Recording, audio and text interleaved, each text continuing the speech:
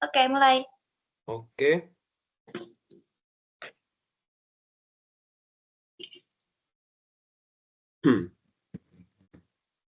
Eh, Bismillahirrahmanirrahim. Assalamualaikum warahmatullahi wabarakatuh.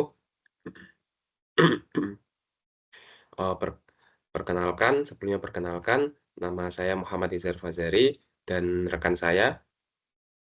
Syahraini Nafilah.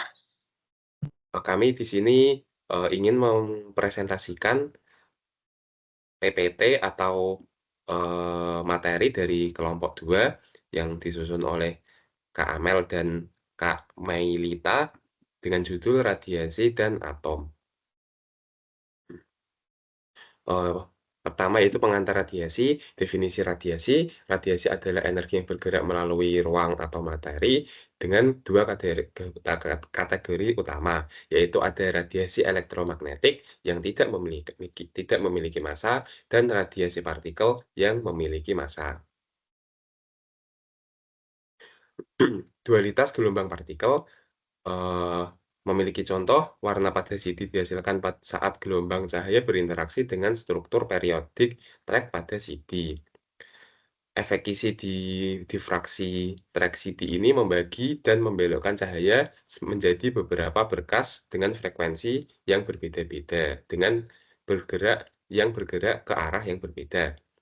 Selanjutnya ada rantai pencitraan dalam kedokteran nuklir dimulai saat sinar gamma yang tidak dicegat oleh kolimator timbal berinteraksi dengan kristal NaL, kamera gamma tidak ditampilkan yang menghasilkan foton cahaya. Selanjutnya ada karakteristik gelombang. Gelombang apapun, EM atau mekanis seperti suara dapat dicirikan oleh amplitudo, panjang gelombang, periode, frekuensi, dan hubungan kecepatan dan panjang gelombang.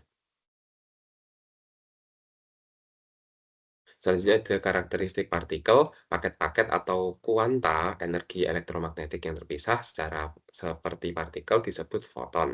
Energi foton diberikan E sama dengan h-nu atau Hc per lambda.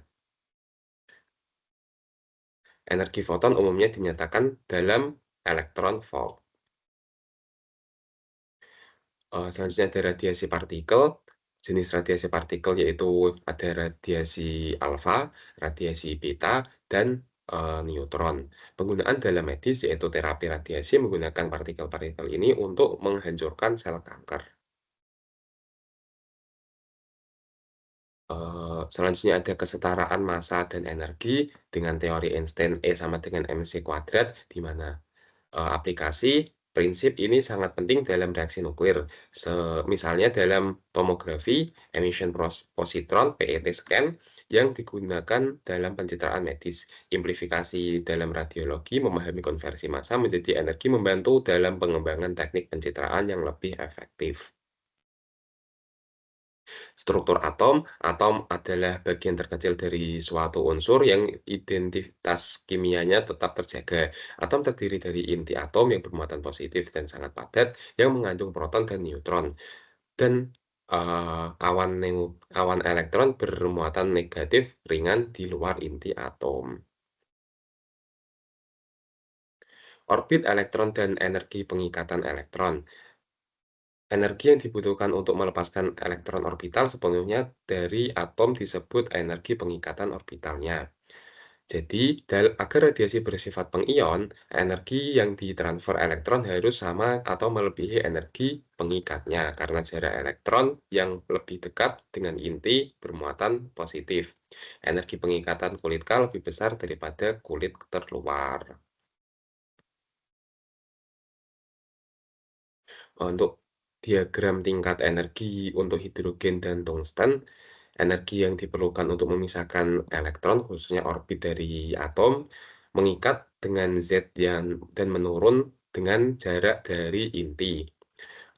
Energi pengikatan elektron dibandingkan untuk hidrogen Z sama dengan 1 atau nomor atom sama dengan 1 dan tungsten Z sama dengan 74, elektron kulit K tungsten dengan 74 proton dalam inti terikat jauh lebih erat.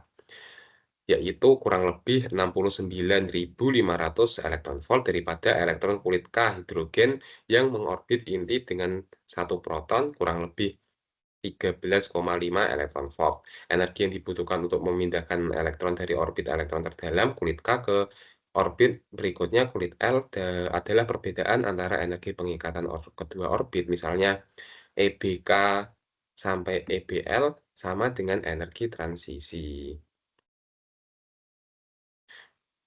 Oke, selanjutnya akan dilanjutkan oleh rekan saya. Baik, untuk selanjutnya adalah radiasi dari transisi elektron, di mana ketika sebuah elektron dilepaskan dari kulitnya oleh foton sinar X atau sinar gamma, atau mungkin interaksi partikel bermuatan lainnya, kekosongan akan tercipta di kulit tersebut.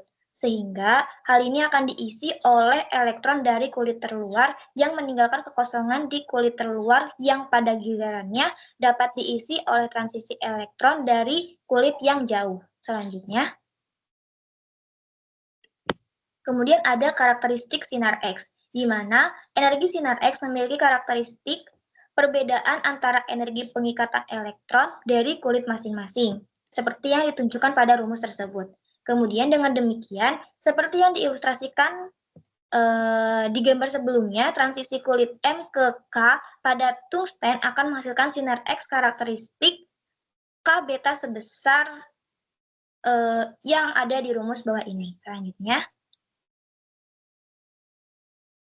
kemudian ada elektron Auger dari hasil fluoresensi.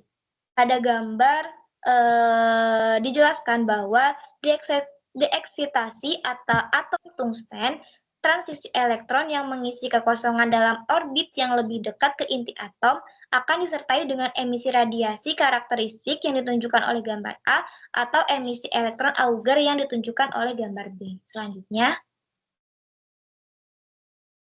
kemudian di sini ada komposisi nukleus. Nukleus tersusun atas proton dan neutron yang secara kolektif dikenal sebagai nukleon.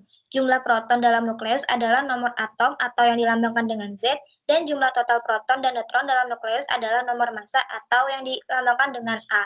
Kemudian gaya nuklir dan tingkat energi, ada dua gaya utama yang bekerja dalam arah berlawanan pada partikel dalam nukleus. Yang pertama ada gaya Coulomb dan yang kedua ada gaya pertukaran. Selanjutnya, klasifikasi nuklida. Jenis atom yang dicirikan oleh jumlah proton dan neutron serta kandungan energi inti atom disebut juga dengan nuklida. Selanjutnya, kemudian di sini ada tabel tentang nuclear families dari isotop, isobar, isotons, dan isomers. Selanjutnya, oke baik, selanjutnya ada stabilitas nuklir dan radioaktivitas. Plot nuklida yang menunjukkan jumlah proton, misalnya nomor atom atau Z, dan neutron setiap nuklida pada sumbu X dan Y, area yang digariskan yang berisi semua kotak hitam dan berwarna menunjukkan rentang nuklida yang diketahui. Bisa ditunjukkan oleh gambar di sampingnya. Kemudian, nuklida yang stabil akan ditunjukkan oleh kotak hitam kecil, sedangkan kotak berwarna menunjukkan nuklida atau radionuklida yang radioaktif, misalnya tidak stabil. Nuklida yang stabil membentuk apa yang disebut garis stabilitas di mana rasio neutron terhadap proton kira-kira 1 untuk nuklida Z rendah dan meningkat menjadi kira-kira 1,5 untuk nuklida Z tinggi. Selanjutnya, untuk selanjutnya ada stabilitas nuklir dan masih tentang stabilitas nuklir dan radioaktivitas, di mana di sini ada sinar gamma yang merupakan peluruhan radioaktif yang seringkali menghasilkan pembentukan inti anak dalam keadaan tereksitasi. Kemudian ada elektron konversi internal, di mana deeksitasi nuklir tidak selalu menghasilkan emisi sinar gamma. Bentuk alternatif deeksitasi adalah konversi internal, di mana energi deeksitasi sepenuhnya ditransfer ke elektron orbital, biasanya kulit K, L, atau M. Boleh di next. Kemudian ada energi pengikatan nuklir dan cacat massa. Energi pengikat nuklir adalah energi yang dibutuhkan untuk memisahkan inti atom menjadi bagian-bagian penyusunnya dan merupakan hasil dari gaya kuat yang bekerja di antara nukleon. Kemudian ketika dua partikel subatomik saling berdekatan atau saling mendekat di bawah pengaruh gaya nuklir kuat, energi totalnya akan berkurang dan energi yang hilang akan dipancarkan dalam bentuk radiasi. Dengan demikian, energi total partikel yang terikat lebih kecil daripada energi total partikel bebas yang terpisah. Boleh di next. Selanjutnya ada penjelasan mengenai fisi dan fusi nuklir. Selama fisi nuklir, inti dengan massa atom yang besar terpecah menjadi dua bagian yang biasanya tidak sama, yang disebut juga dengan fragmen fisi. Kemudian dalam reaksi ini, energi ikat inti total akan mengikat. Perubahan energi ikat nuklir akan dilepaskan sebagai radiasi elektromagnetik. Ya.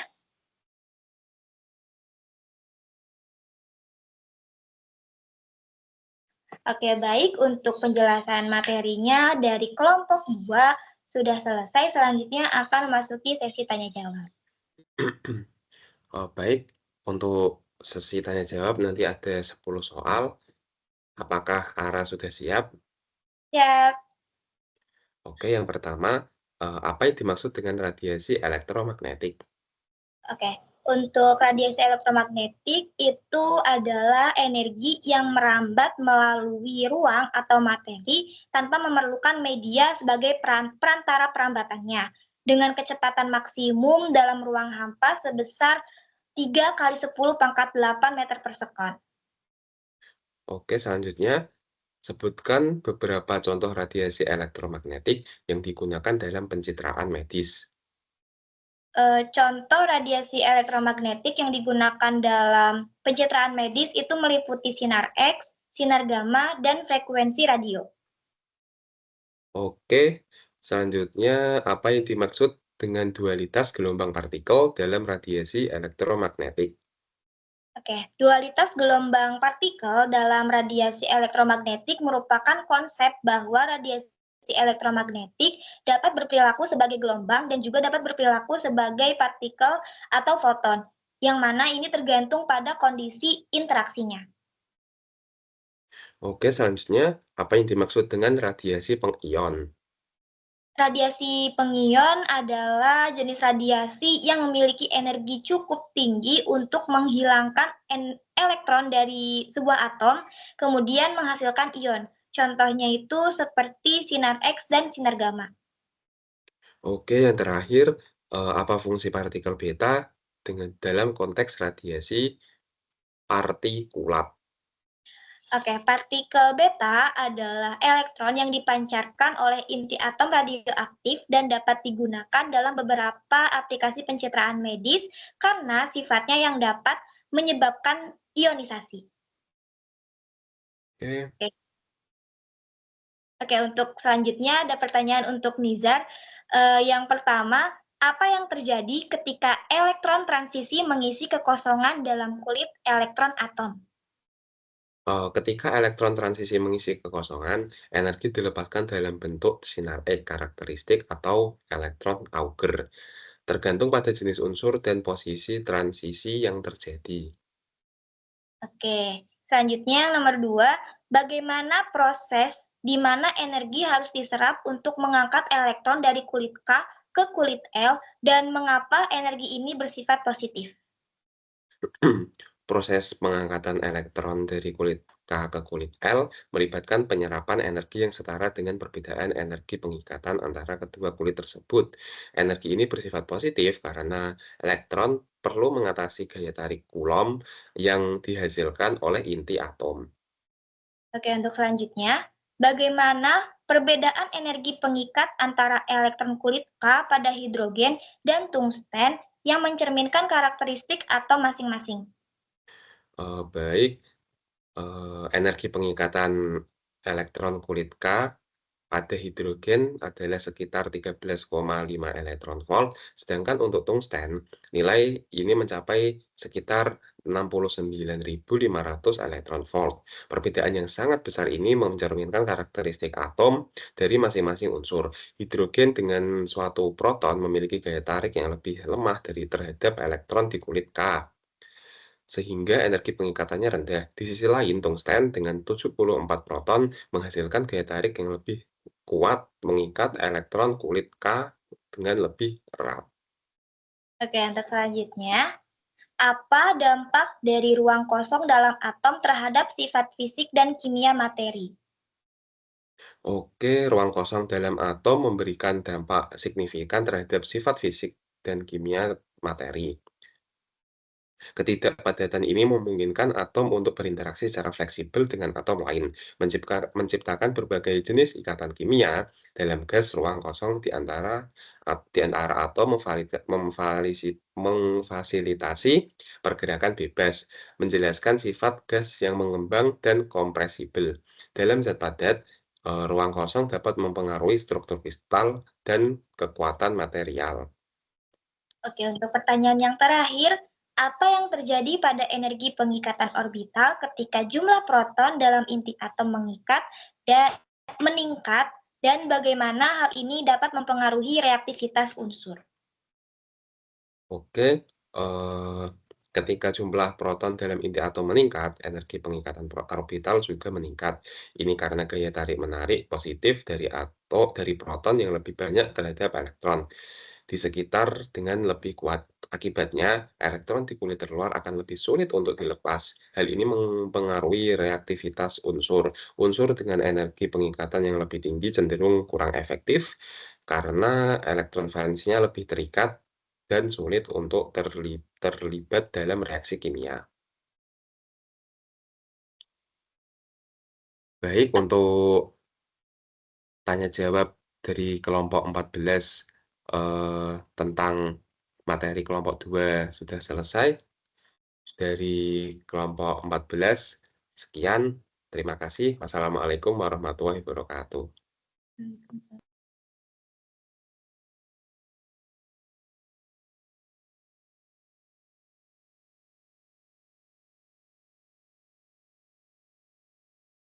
Udara